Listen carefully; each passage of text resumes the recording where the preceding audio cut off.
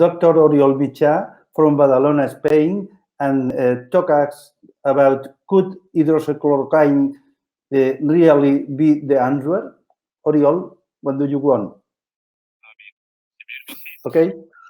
Hello, this is Oriol Mitjà from Barcelona, Hospital Germans Trias y Pujol, and I would like to talk about the role of hydroxychloroquine for the prevention of COVID-19 disease.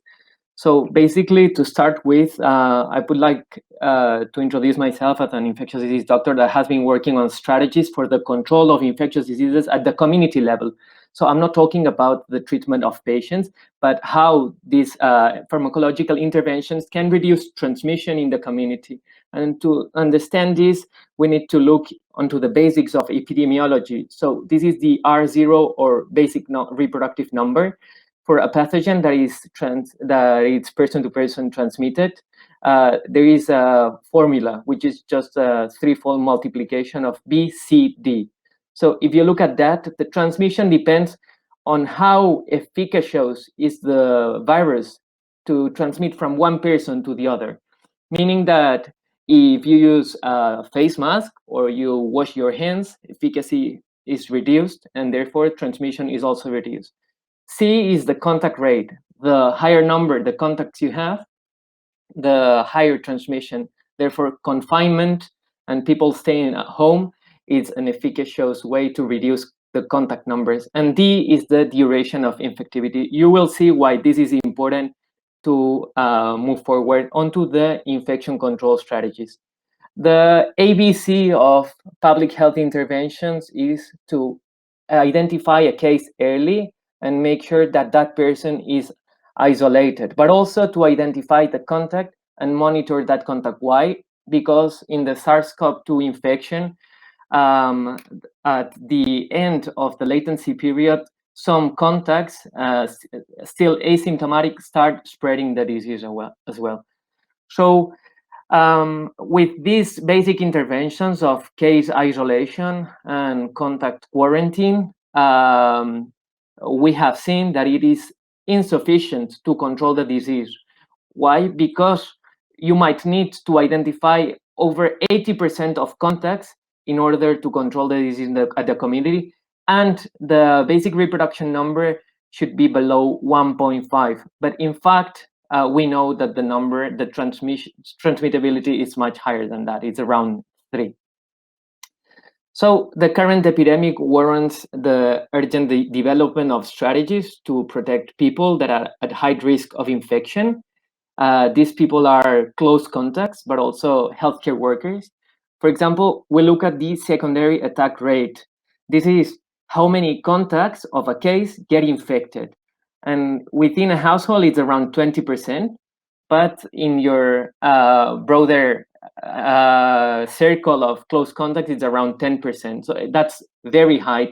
For example, in influenza, it's also around 10%, and for meningococcal disease, it's only 1%. Therefore, we believe we can develop strategies to reduce this secondary attack rate so that a case is not able to infect so many contacts.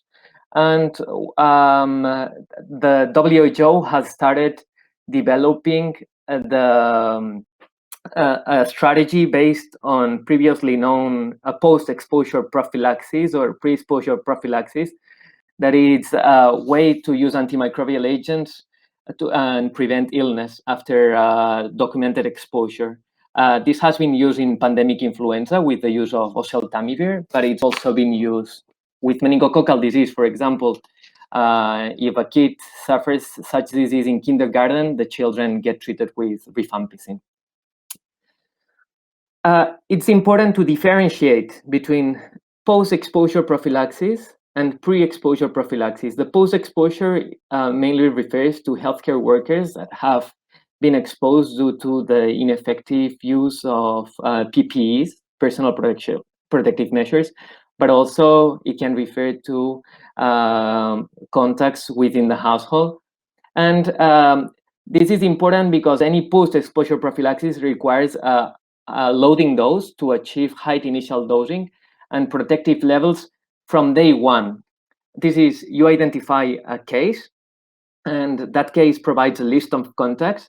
Then you need to visit the contacts, but those contacts have already been exposed. So this means that some of them might already have the virus in the throat or nose.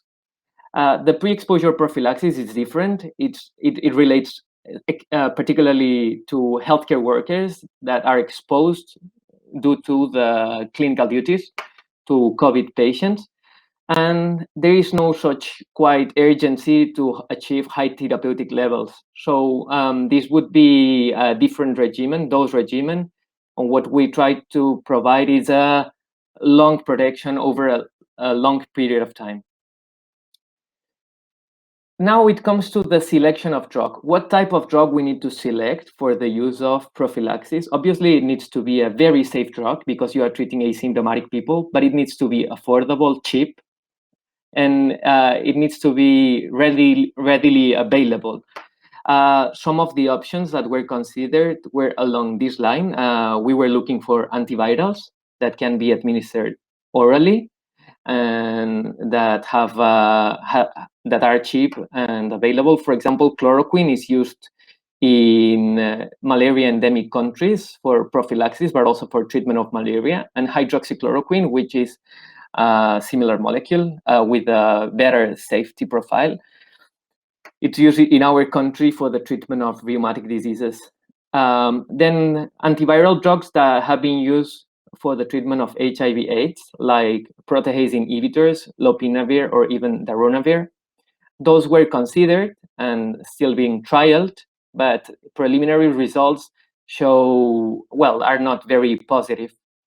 The other options would be tenofovir or even zidovudin, which have shown in silico experiments, this means in the computer, that have good docking patterns. This is that they could act or have an effect on the target molecule. The other drug is azithromycin, and I'll talk a bit about it. So starting with hydroxychloroquine, that is the matter I'm discussing today. It's an aminoquinoline, and the mechanism of action is an inhibition on the fusion of the virus in the cell. So basically, it interferes with the cellular receptor, and the virus cannot go inside the host cell. But also, the virus replicates within the endosome or the Golgi apparatus. So the aminoquinolines can increase the pH, and then it also inhibits the infection and spread. I mean, the endosome cannot burst within the cell, and the virus cannot complete replication. There is some in vitro data on hydroxychloroquine, and you look at this number. This number refers to this is experiments that are done in viral cells in the laboratory. And what we look is at the concentration at which the viral RNA increase is inhibited by 50%. This is the EC50s. So we found that the EC50, we found the researchers reference here found that the EC54 hydroxychloroquine were very low, 0.72 micromolar. And if you look at this graph, you will see that it's even more potent than chloroquine. So on the right-hand side is a graph for hydroxychloroquine. On the left-hand side, it's for chloroquine. And the green light, it's after 48-hour incubation on the viral cell. So when you treat these cells for 2 days, concentrations of 0.72 micromolar are enough to inhibit growth by 50%. And this is important for, to find the best dose to treat humans. Then there is also some in vivo data, human clinical trials. Most of you might have heard about the study by Gautret in Didier's Roll's group in France. And this was a non-randomized control trial only in 36 patients. Some of these patients received hydroxychloroquine, and 6 of these patients received hydroxychloroquine and azithromycin together. So the main outcome of the trial was the carriage of virus on day 6 using a PCR of the SARS-CoV-2 virus. And the results showed that the patients in the treatment group were significantly more likely to test negative compared to the control group. And you can look at this right-hand side table. The odds ratios and the p-values are not great, but again, that's because of the small sample size. When you look at the Kaplan-Meier plot on the left-hand side low corner, the gray line represents the 6 cases that received a combined treatment. And all of these 6 cases had undetectable viremia on PCR on day 4. 6 cases is not enough, but it's enough to say that it's worth exploring this line. There's a Chinese study also on 62 patients where the primary outcome was the radiological improvement of pneumonia, and there was an advantage, a benefit of patients being treated with hydroxychloroquine because 80% of those patients improved compared to 55%. And the pharmacological aspect, it is a very safe drug. You take it orally, and once you have taken it, it goes to the solid organs. So most of the drugs goes to the fat cells, but also within the macrophages. You reach very high lung concentrations of about 200 to 700 times as much as in plasma. There is a volume of distribution of 1,000 liters per kilogram. This is really huge. And the half-life is also very long, about 21 days. This means that after you have taken a dose of hydroxychloroquine, you will have good levels for the next 4 weeks. It is important to choose a loading dose so that you start with high levels in PEP, but not that critical in PrEP. As I was explaining this slide, there are several PEP studies. Almost all of them use a 3.2 gram dose. And there are also some PrEP studies. The PrEP studies it's a medication given for 3 months. Some use a daily dose of 1 tablet, 250 milligrams per day. But others say that a lower dose would be enough, for example, 400 milligrams or 2 tablets weekly. The reason is that if it's going to be widely used over many countries and for a long period of time, like 3 months, there wouldn't be stock to treat everyone intensively on a daily regimen. Then another thing that might be interesting for the audience is if any of you have experience in your hospitals of using hydroxychloroquine and observational basis. There is an interest also from WHO to gather all these data, and they have created the COVID Global Registry study by Certara, so you can contact them. And there is another registry for people that is not taking medicine, but to understand the risk factors of healthcare workers. It's called the HERO study. I will end up with these graphs. It's a comparison it's a comparison between different dosing schedules. One is the dosing schedule used in Washington. It's a 14-day regimen at a lower dose. If you look at the green line, that's the concentrations in plasma. But most importantly, I want you to look at the blue line. It's the below figures. So I have drafted a yellow or orange dots line. That's the value I initially told you about the 50% inhibition on replication in the viral experiment in the laboratory, which represents about 1.6 micrograms milliliter. So we want to be well above that line, and we can do it either using a short 7-day regimen like in Barcelona or a longer one. And finally, that's the same idea for the PrEP dosing. If you look on the left-hand side, you see the regimen that is using a daily dose of 200 milligrams daily, or in the right-hand side, it's the weekly dosing, which is also above the orange dot line.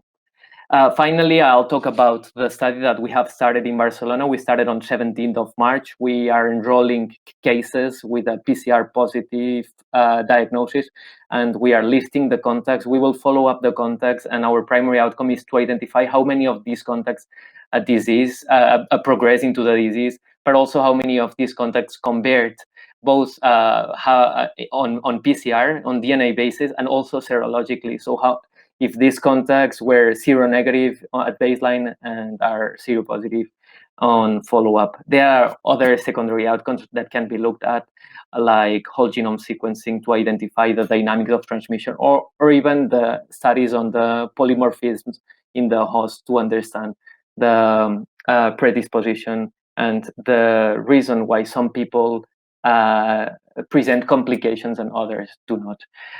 That's what I wanted to share with you today. Many thanks. Thank you, Oriol. Two questions. The first question, is hydroxychloroquine indicated for elderly patients more than 80 years old? So hydroxychloroquine is a very safe drug. It has a better safety profile as compared to chloroquine. It's got some contraindications, and the contraindications are mainly kidney failure in a late stage of less than 30 clearance of creatinine. And then people that are presenting a QT prolongation or are taking any other antiarrhythmic drug. This means that there is many elderly people who might be taking an antiarrhythmic drug or could have kidney failure. Other than that, I think it's a safe drug and it can be administered to elderly people. WHO has identified that there is 3 high-risk groups. One is those elderly people living in nursing care homes, because they are vulnerable to present complications, but also they live confined in small spaces. Last question, Oriol. Do you think that it's beneficial to do IgG test previous PEP or PrEP to check the immunity state? Sure. So I think that that's one of the outcomes we are measuring. It's a secondary outcome, particularly, for household contacts or for elderly people, we are more interested to understand whether the person is developing the disease or not. But for a healthcare worker, we are also interested to understand if that person has acquired the infection, regardless of whether the person is asymptomatic or not, because there's a risk that the healthcare worker could infect others. And to measure that, we can look at the conversion from PCR positive to PCR negative, but also we can look at the IgM, IgG parameters before and after treatment. Thank you, Oriol. Thank you so much.